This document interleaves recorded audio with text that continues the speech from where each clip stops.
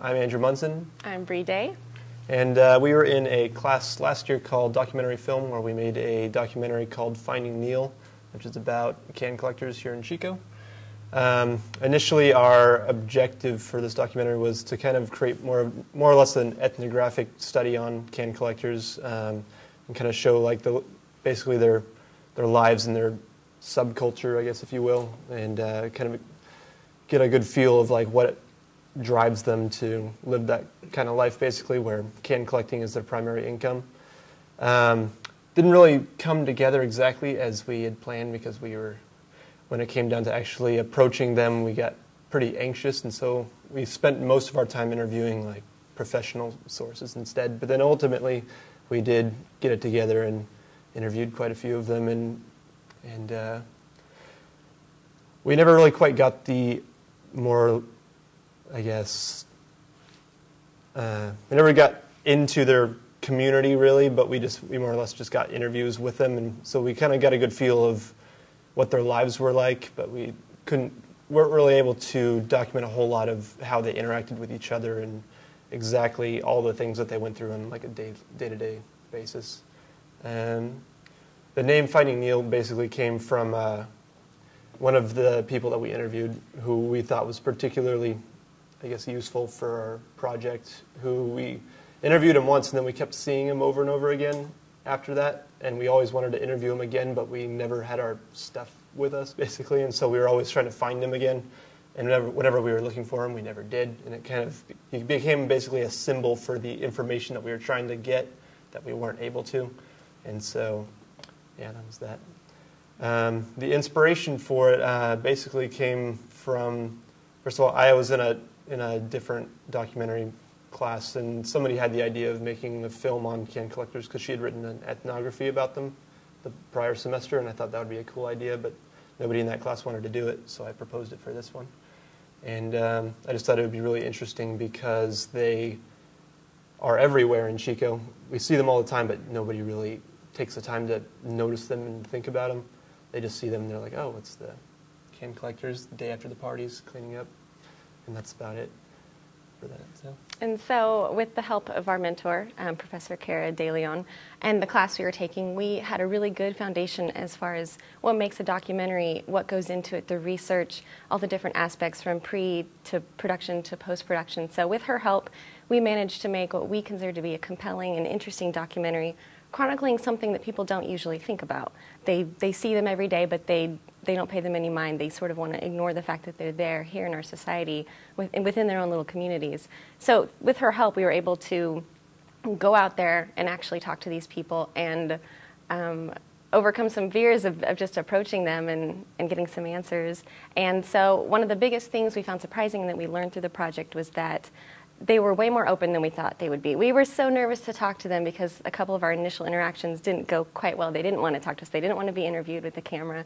But then we met a lot of people who were very welcoming and friendly and tried to even, give us stuff like drinks. They were very nice people.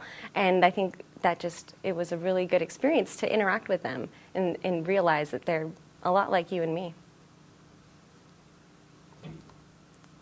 All right. Thank you very much. Thank you.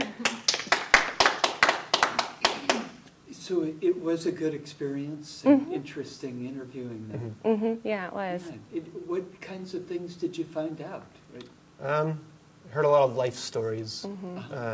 Like one of the guys said, basically, he would fund he was like a traveler basically on a bike, and he'd basically fund his travels with can collecting, and he started like in the southeast, and has kind of zigzagged across the country several times. And when we talked to him, he was actually on his way up to Oregon, and he had stopped and was eating at the Jesus Center, which was actually a place where we kind of used as our foundation for meeting a lot of them.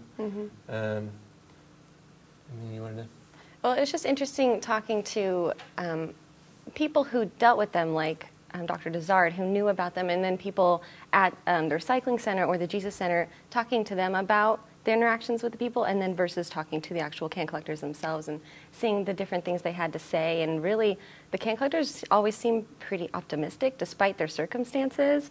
And I just found that very interesting. the attitudes they had. They were better than I imagined, really. How much money can you get from collecting cans? Not a whole Not lot. a lot. Is it like just collecting pennies? I mean, one can must just They, be a few cents. it's kind of, it varies because there's like certain times of year when there's more parties going on, and so they have more to collect. And they also kind of compete with each other. A lot of them, they kind of have little areas that are basically their turf, I guess. You get into And turf so wars. And so a lot of people will have their areas that have lots of cans and other people don't. And so some will make a lot more than others. But none of them really make a whole lot. So. Yeah.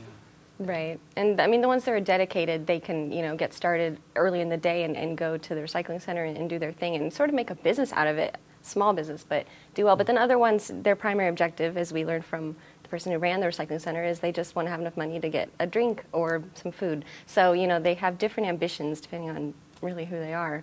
Yeah. Wow. And they don't, most of them live out of the Torres Center or The Jesus Center? Yeah.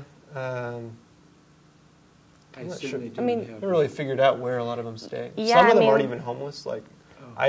I never actually met any like this, but I know of some who have houses and they basically live off welfare, and then they use the cans to subsidize the rest of their living, essentially. Right. And so there's them. Yeah. Interesting. Yeah. So where do you go on from here? You're about to graduate? I don't know. Well, Oh. you're interested in doing, documentary film in future, right? Yeah, I could revisit it one day. And when I talked to Dr. Dezard, he did work with scrap metal recyclers, which is just similar, only a lot more intense, where they actually take real metal and recycle it, and a lot of times they steal it, and they have a much more, I guess you would say, a much darker world that they're living in that I think would be interesting to explore, because there's a lot more like drugs and violence in that community than there was with the can recyclers, and so that would be a dangerous but interesting thing to undertake in the future, maybe. Yeah. What's become of the video that you put together? Is that available? Or? It is, sort of. I haven't put it online or anything. I've been planning on it, Uh-huh. but I haven't really gotten around to it yet. If you end up putting it on YouTube, send us the link, because Okay. when because essentially we're going to put all these on the YouTube channel. We could have your presentation there with the link to your actual video. Okay, Yeah. That'd be great. all right. Yeah. Can do that. Well, thank you very much. Yeah. I appreciate welcome. you coming.